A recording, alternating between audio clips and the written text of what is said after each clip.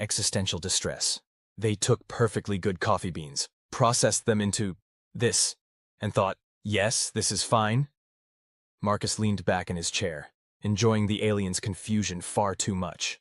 Not only did we invent it, but there are people who prefer it. Some even consider it superior to fresh ground coffee. Your species is insane. All four of the aliens' eyes blinked in rapid succession. This explains so much about why the Galactic Council marked you for extinction. The instant coffee alone is grounds for... The executor paused, mandibles clicking. Was that what you humans call a pun? Did I accidentally make a coffee pun? You did, and it was terrible. I'm proud of you. The conversation might have seemed strange to any outside observer. A human casually chatting with one of the most feared executioner species in the galaxy about coffee, of all things. But that was just how Marcus handled most situations, with a carefully cultivated air of couldn't care less that tended to throw people, and aliens, off balance. The fact that Earth was currently surrounded by a fleet of Sylaxian warships didn't seem to bother him much either. Then again, Marcus wasn't exactly your average human representative. His business card, which he'd handed to the thoroughly confused executor upon their first meeting, read simply, Marcus Rivera, Death's Personnel Manager, Human Resources Division. The executor, who had introduced himself as Kexthari, which Marcus had immediately shortened to Kex, because he claimed anything else would be way too much work to pronounce before coffee, was still staring at the instant coffee crystals like they might spontaneously combust. I still don't understand, Kex said, setting down the jar with the sort of careful precision usually reserved for handling antimatter. Your species faces extinction. We are here to carry out the Council's judgment. Why are we discussing beverage preferences? Marcus shrugged, taking another sip from his mug. Fresh ground coffee, because he wasn't a monster. Well, you did ask what humans do that makes us unique in the galaxy. I figured starting with our questionable food decisions would be less traumatizing than jumping straight into our really weird stuff. There's worse than this? All four of Kex's eyes widened simultaneously. Ever heard of cheese? Because let me tell you about how humans discovered that leaving milk to go bad in very specific ways could be delicious. Stop. Kex held up one of his four hands. Just stop. This conversation is not proceeding according to protocol. I am here to inform you of your species' impending execution, not discuss your disturbing food preservation techniques.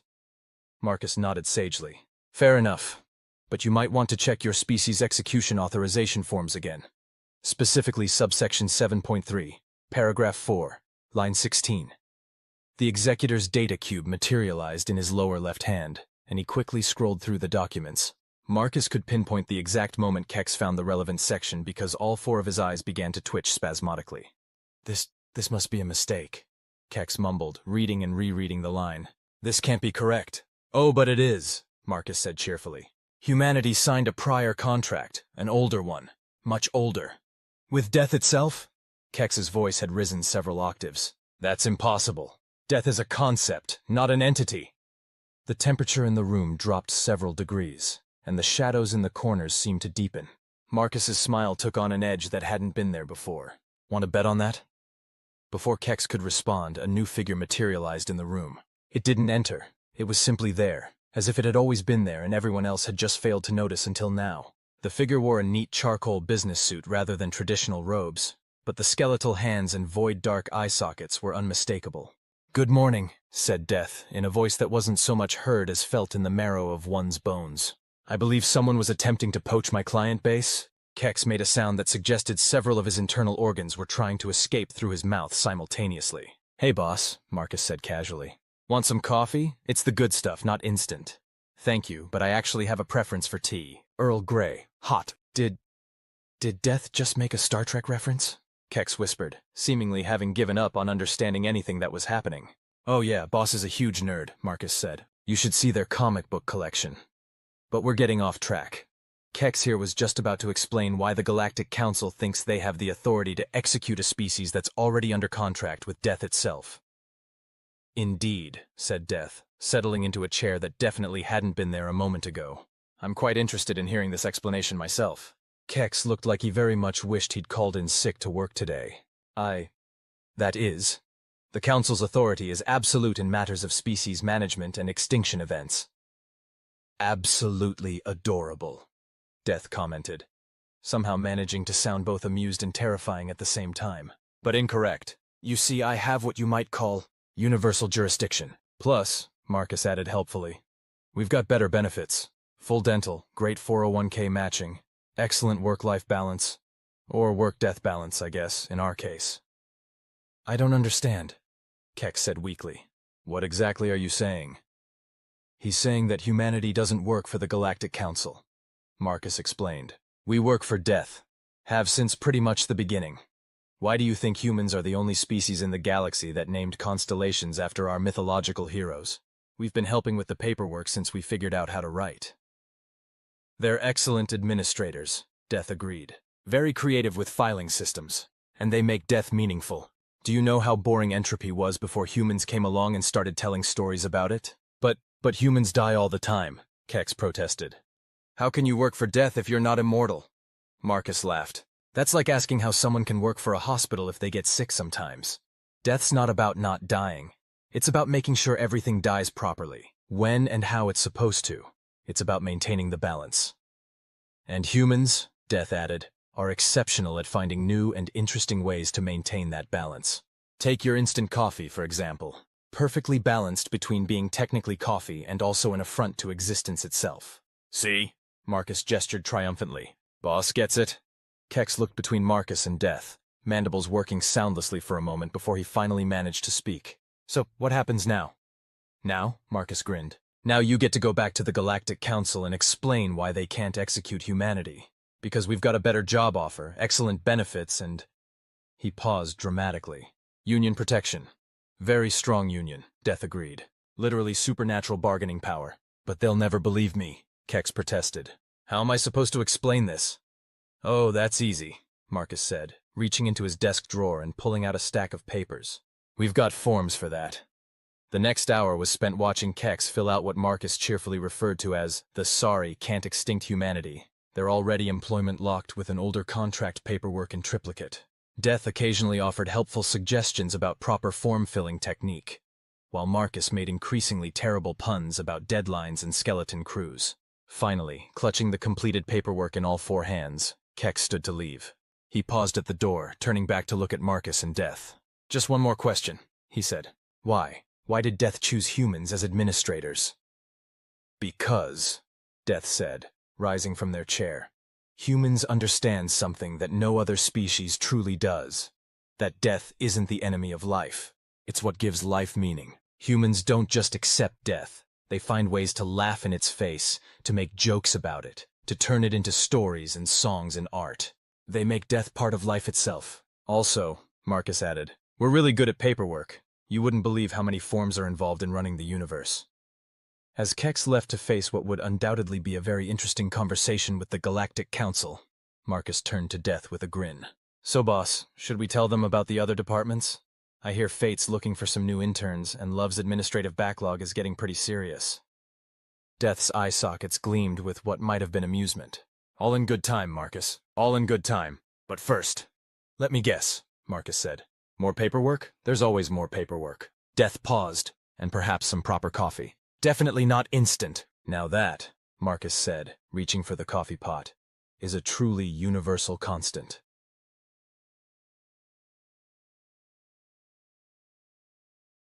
When the Galactic Council received Kex's report, along with the meticulously filled-out paperwork, in triplicate, they did what any sensible bureaucratic organization would do when faced with evidence that they'd accidentally tried to execute the species that handled Death's administrative work. They created a committee to study the situation. The committee, after 6 months of careful deliberation, came to 3 conclusions. 1. Attempting to execute humanity would create more paperwork than anyone was willing to deal with. 2. Death's union protection was indeed supernatural in scope and absolutely ironclad. 3. The humans' filing system was actually quite impressive and perhaps worth studying. In the end, the council did the only thing they could do. They offered humanity a consulting contract to help modernize their own administrative systems. Because if there's one thing bureaucrats across the universe can agree on, it's that good administrative staff is hard to find. And if sometimes, late at night in the council's filing department, the staff claimed to hear the sound of bones clicking on a keyboard and someone making terrible puns about deadlines, well, that was just part of working with humanity's HR department. After all, Death's paperwork waits for no one. 6 months after what the Galactic Council was now referring to as the HR incident, Marcus found himself explaining human concepts to yet another confused alien. This time it was a Veloxy efficiency expert named Zix, who had been assigned to study humanity's administrative systems. "Let me get this straight," Zix said, their crystalline form refracting light in patterns that suggested deep confusion. "You're telling me that humans invented something called a water cooler moment, specifically to be inefficient?" "Not inefficient," Marcus corrected, leaning against said water cooler. "Social. There's a difference. I fail to see it. That's because you're thinking like an efficiency expert, not a humanity expert." Marcus took a sip from his coffee mug, which bore the text, "Dead Tired," with a cute cartoon skeleton sleeping on it. "Tell me, how do your people handle unexpected problems?" "We consult the Standard Operating Procedures Manual, of course." "Uh-huh. And what if the problem isn't in the manual?" "Then we file a request for manual updating procedures and wait for—" Zix stopped, their crystalline structure dimming slightly. "Oh, I see the inefficiency now." "Exactly. Humans? We gossip about it at the water cooler. Someone mentions a weird problem they're having. Someone else remembers seeing something similar last week, and before you know it, you've got an unofficial solution that works until the official one can catch up." "Quite ingenious, really," said Death, materializing next to the water cooler with their own mug. "Reading World's Best Boss. Literally, I checked. I found it reduces paperwork by approximately 23.7%. Zix made a high-pitched sound that suggested their crystalline structure was under stress. Do they always do that? Show up unexpectedly? Yeah, it's kind of their thing." Marcus shrugged. "You get used to it. Besides, Boss has the best office gossip." "Omniscience does have its perks," Death agreed. "Speaking of which," Marcus turned to Death. "Did you hear about what happened in Love's department last week? Apparently, Cupid tried to automate the arrow shooting process."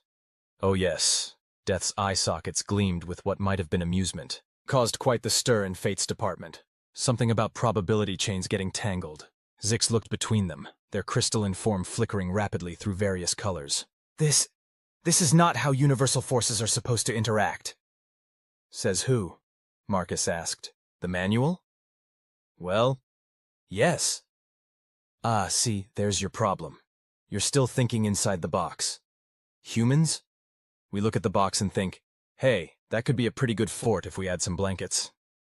"Creativity in the face of cosmic forces," Death nodded approvingly. "It's why I hired them in the first place. That, and they invented chocolate." "Wait," Zix's color shifted to a confused purple. "What does chocolate have to do with cosmic forces?" "Have you ever tried really good chocolate?" Marcus asked. "It's practically a religious experience." "Quite literally in some cases," Death added. "The Aztecs had some fascinating ideas about cacao." Before Zix could process this new information, a memo materialized in front of Death in a puff of smoke. Death read it, somehow managing to convey concern despite having no facial features. "Oh dear. It seems we have a situation." "What kind of situation?" Marcus asked, already reaching for his tablet. "Regular paperwork situation or apocalyptic situation?" "Somewhere in between. Apparently, the Galactic Council's attempt to implement our filing system has created an interdimensional paperwork jam." "That's not supposed to happen, right?" Zix asked nervously. "Depends on your definition of supposed to," Marcus said, already pulling up forms on his tablet. "This is why you don't try to implement new systems without proper training. Boss, we're going to need the D404 forms for dimensional disruption, probably some P13s for paradox prevention." "And perhaps the K99 forms," Death added. Marcus winced. "The Kafkaesque situation resolution forms? That bad?" "They tried to digitize the physical manifestation of bureaucratic frustration without proper containment procedures." "Ah," Marcus nodded sagely. "Yeah, that'll do it. Better add some R1s for reality stabilization while we're at it." Zix watched in fascination as Marcus efficiently pulled up form after form, his fingers flying over the tablet's surface. How are you so calm about this?" This is nothing. You should have seen what happened when we had to help War update their conflict resolution protocols. Now that was a mess, literally and figuratively.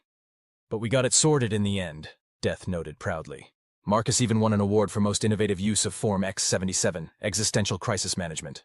"The trick," Marcus explained to Zix, "is understanding that chaos isn't the enemy of order. It's just order that hasn't been properly filed yet." As if to emphasize his point, A rift in space-time opened in the middle of the office, spewing forth a torrent of paperwork that arranged itself into a rough approximation of a threatening tentacle. "See?" Marcus said, calmly sipping his coffee. "That's just a standard Class 3 bureaucratic entity.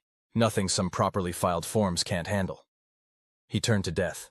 "Boss, want to handle the containment while I start on the paperwork?" "Certainly." Death adjusted their tie.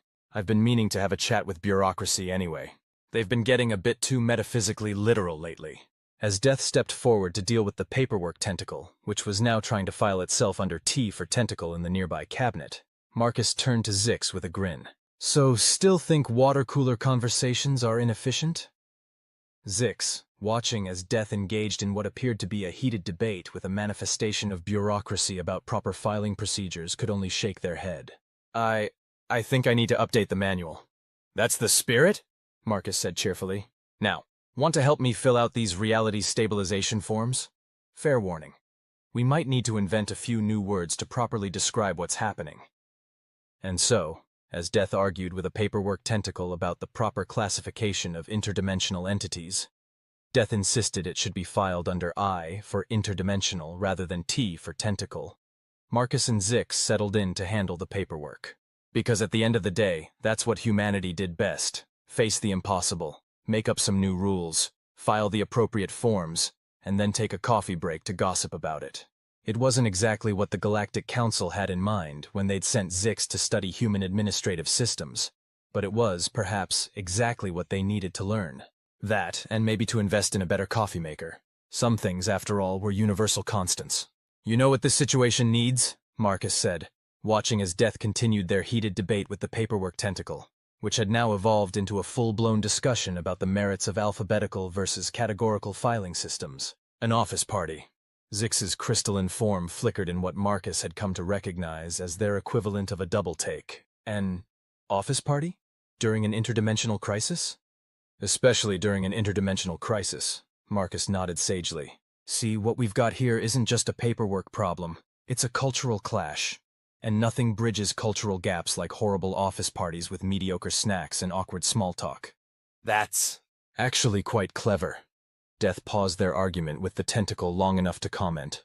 "Bureaucracy has always been partial to proper protocols. Perhaps a formal gathering would help establish new parameters for interdimensional filing." The paperwork tentacle wavered thoughtfully, rearranging itself into what appeared to be a question mark. "Exactly." Marcus was already pulling up a new form on his tablet. "We'll need P47s for party planning, S12s for snack requisition, and probably an R13 for reality-bending room reservation." "You have forms for party planning?" Zix asked incredulously. "Of course we do. Have you met us? Humans will bureaucratize anything if you give us enough time. We once created a 27-page document just to standardize the procedure for replacing empty water cooler jugs." "As I recall," Death added, "that document included 3 appendices about proper water cooler gossip protocols." "The appendices were very important," Marcus defended. "You can't just have people gossiping without proper structure. That's how you end up with chaos entities manifesting in the break room." The paperwork tentacle suddenly perked up, reshaping itself into what looked suspiciously like a party hat. "See? Even interdimensional bureaucratic manifestations understand the importance of office parties." Marcus grinned. "Now, who wants to help me fill out the D23 form for dimensional decoration standards?" 2 hours later, the office had been transformed. Streamers made of quantum-stable probability chains hung from the ceiling.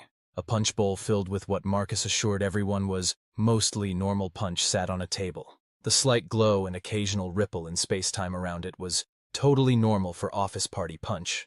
And a playlist of music that somehow managed to be simultaneously from all possible dimensions played softly in the background. Death had changed into a slightly more festive business suit. It had tiny skull cufflinks, and the paperwork tentacle had fashioned itself into various party decorations, occasionally shifting between forms when it thought no one was looking. "I still don't understand," Zix said, watching as more interdimensional entities began arriving through various portals, rifts, and one particularly ambitious entrance through the coffee maker. "How is this solving our filing system crisis?" "Watch and learn," Marcus said, adjusting his own party hat, which read, "Death's #1 HR Manager," in glowing letters that occasionally rearranged themselves into existential questions. "First rule of office politics: nothing gets solved in meetings. Everything important happens at parties and around water coolers. As if to prove his point, Death was already engaged in what appeared to be a productive discussion with a manifestation of pure order about the benefits of controlled chaos in filing systems. Meanwhile, the original paperwork tentacle was enthusiastically showing a group of minor chaos entities how to properly fill out Form R7, Request for Regulated Randomness. Is that time playing charades with entropy? Zix asked, their crystalline structure shifting rapidly through confused colors. Yep, they're old friends, actually. Or they will be. Or they have always been. It's a bit complicated with time. Marcus shrugged. Just don't ask about their relationship status. Last time someone did that, we had to file 17 different temporal paradox forms. 23. If you count the alternate timelines, Death corrected, passing by with a plate of cookies that seemed to exist in multiple states simultaneously. Right, sorry. Time paperwork always gives me a headache. Marcus turned back to Zix. The point is, sometimes the best way to handle a crisis is to get everyone in the same room with some snacks and let them work it out themselves. But that's not efficient. No, but it's effective. There's a difference. Marcus gestured around the room. Look, bureaucracy is learning to loosen up a bit. Order is discovering the benefits of flexible systems, and I'm pretty sure I just saw chaos fill out a proper request form for the first time ever. Indeed, across the room, a swirling vortex of pure chaos was carefully writing on a form, occasionally asking Death's advice about proper checkbox etiquette. This is impossible, Zix whispered. Nah, this is just humanity's special touch, Marcus grinned. We're really good at making the impossible look routine. Did you try the punch yet? It's got a little bit of everything, literally. I think someone from Quantum's department helped mix it. Before Zix could respond, an alarm sounded. Not a harsh emergency alarm, but more of a gentle reminder chime. Perfect timing, Marcus checked his watch. Okay, everyone, time for the team-building exercise! Will it be Trust Falls again? Death asked, somehow managing to sound both resigned and amused. Last time, Gravity took it rather personally. Nah, I thought we'd try something new. Anyone up for interdimensional charades? The resulting chaos was, as Marcus later noted in his official report, exactly the right kind of chaos. Bureaucratic entities learned to loosen up. Fundamental forces of the universe discovered the joy of casual Friday, and somewhere between time trying to act out paperwork without using temporal manipulation and entropy, accidentally creating a new filing system through controlled decay, solutions were found. By the end of the party, the interdimensional paperwork jam had been resolved. 3 new forms had been created to handle similar situations in the future, and everyone had agreed that maybe, just maybe, the human approach to universal administration wasn't so bad after all. You see, Marcus explained to Zix as they helped clean up, which mostly involved convincing various reality warps to file themselves properly. The trick to dealing with cosmic forces isn't trying to control them. It's giving them a proper channel for expression, some decent snacks, and maybe a funny hat or two. Indeed, Death agreed, now wearing a party hat on top of their usual business attire. Humanity's greatest strength isn't their efficiency, it's their ability to make the infinite feel manageable and the cosmic feel mundane. Plus, Marcus added, we throw really good parties. The paperwork tentacle, now happily filed under I for interdimensional entity, formerly tentacular, wiggled in agreement. As the last of the guests departed through their various dimensional portals, Zix turned to Marcus with what appeared to be newfound respect. I think I need to completely rewrite my report to the Council. Oh? What were you going to say before? Something about inefficiencies and procedural irregularities. Zix's crystalline form shifted to a thoughtful blue. Now I think I'll just write. They make it work because they don't know it's not supposed to work. Marcus laughed. That's probably the most accurate description of humanity I've ever heard. Want to discuss it over coffee? I think the coffee maker's still a bit interdimensional, but that just means every cup is an adventure. And perhaps, Death added, picking up a leftover cookie that existed in 7 dimensions simultaneously, we should start planning next month's party. I hear Fate's department is having some issues with probability chains again. See? Marcus grinned at Zix. This is why we have the water cooler conversations. You never know when you'll need to plan another party to save the universe. The coffee maker gurgled in what might have been agreement, producing a cup of coffee that glowed slightly, and may or may not have contained the secrets of the universe. Just another day in Death's HR department. It's that time of year again, Marcus announced, staring at his calendar with the kind of resignation usually reserved for people facing eldritch horrors, which, given his line of work, was a surprisingly frequent occurrence. "What time?" Zix asked, their crystalline form shifting to a curious amber. After the success of the interdimensional office party, they had been permanently assigned as the Galactic Council's liaison to Death's HR department. Performance review season.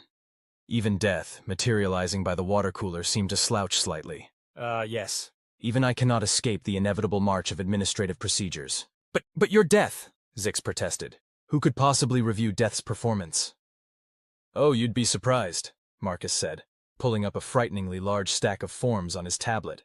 We've got reviews coming in from life, time, fate, various religious departments, philosophical concepts, and, my personal favorite, customer service satisfaction surveys from recently deceased beings.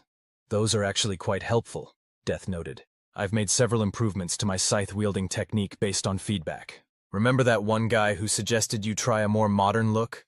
That's why Boss switched to the business suits. Marcus grinned. The approval ratings went up 12% after that. This is insane, Zix declared, their color shifting to a distressed mauve. You can't just treat fundamental forces of the universe like office workers. Why not? Marcus asked. Works better than treating them like untouchable cosmic forces. You should see Life's department. They've got a jungle theme going, complete with motivational posters that actually evolve new messages over time. Quite creative, Death agreed, though I prefer our minimalist aesthetic. Much easier to keep clean. Before Zix could process this new level of cosmic bureaucracy, a new crisis arrived in the form of an urgent memo materializing in front of Death in a puff of black smoke. Oh no, Marcus said, reading over Death's shoulder. Please tell me that's not what I think it is. I'm afraid so, Death sighed. Fate's department has scheduled their performance reviews for the same temporal slot as Destiny's department. But that's impossible. We specifically set up the P89 forms for paradox prevention and scheduling. Apparently, both departments claim it was meant to be this way. Of course they do, Marcus groaned. They always pull this during review season. Okay, we're going to need the T45 forms for temporal conflict resolution, probably some D17s for departmental dispute management, and better add a couple of R99s for reality reconstruction, just in case. Just in case of what? Zix asked nervously. Last time Fate and Destiny got into a scheduling conflict, we ended up with 3 alternate timelines and a very confused Shakespeare who wrote Hamlet as a romantic comedy. That was actually quite entertaining, Death mused, though the choreography in the sword fight scene was a bit much. Focus, boss. We've got a potential temporal crisis to manage. Marcus was already pulling up more forms. Zix, I'm going to need your help with the interdepartmental paperwork. How's your paradox prevention certification? My what? Right, we'll have to do this the quick way. Marcus handed Zix a tablet. Just remember, if you see any forms that appear to exist and not exist simultaneously, mark them with a quantum stamp and file them under Schrödinger's paperwork. As if on cue, 2 different versions of the same door appeared in the office. One leading to Fate's department, and one to Destiny's. Through both, they could hear the sound of increasingly heated arguments about proper scheduling protocols. Okay, Marcus said, straightening his tie. Here's the plan. Boss, you handle the temporal stabilization. I'll deal with the department heads. Zix, you're on paperwork duty. And someone please make sure Time doesn't try to solve this by creating another Tuesday. We're still dealing with the paperwork from the last extra Tuesday they made. Already on it, Death said, producing a sleek day planner that seemed to contain the entire timeline of the universe. I've got time booked for a working lunch to discuss proper temporal management protocols. Perfect. Now let's go prevent a paradox before both departments try to claim their review scheduling was predestined. Marcus paused. Again. The next few hours were a blur of interdepartmental negotiations, temporal realignment procedures, and what might have been the most complex game of calendar Tetris ever attempted in any dimension. Fate and Destiny were eventually convinced to alternate their review schedules, with the help of some carefully worded prophecies and a promise of premium coffee in their break rooms. Time agreed not to create any more duplicate days without proper paperwork, and only 3 minor temporal paradoxes had to be filed under acceptable workplace incidents. I don't understand, Zix said later, after the crisis had been resolved and they were all enjoying some well-deserved coffee, which may or may not have been brewing in all possible temporal states simultaneously. How do you handle this level of cosmic complexity on a daily basis? Simple, Marcus said. We treat it like any other office job. Sure, the stakes are higher and the paperwork occasionally tries to rewrite reality, but at the end of the day, it's all about proper management, clear communication, and knowing which forms to file. And having a good team, Death added, somehow managing to look proud despite lacking facial features. Humanity's greatest strength is their ability to take the incomprehensible and turn it into a proper filing system. Plus, Marcus grinned, we're really good at improvising when the filing system tries to achieve sentience and stage a coup. That can happen? Zix asked, alarmed. Oh yeah, that's why we have the F666 forms. Filing Cabinet Uprising Prevention Procedures. Want to help me fill out this week's check? As Zix learned to properly document potential filing cabinet rebellions, Marcus couldn't help but smile. Just another day in Death's HR department, where the coffee was questionably temporal, the paperwork was occasionally sentient, and humanity continued to prove that the best way to handle cosmic forces was to treat them like slightly difficult co-workers. Oh, by the way, Marcus said suddenly, don't forget that next week is the interdepartmental potluck. Life's bringing evolution-accelerated guacamole again. Excellent, Death said, though perhaps this time we should warn people about the speed at which it evolves. Last time someone's dip achieved sentience and tried to file for employee benefits. Don't worry, Marcus assured them. I've already got the S23 forms ready. Sentient Snack Situation Management. Because in Death's HR department there was a form for everything, even evolving appetizers. To be continued.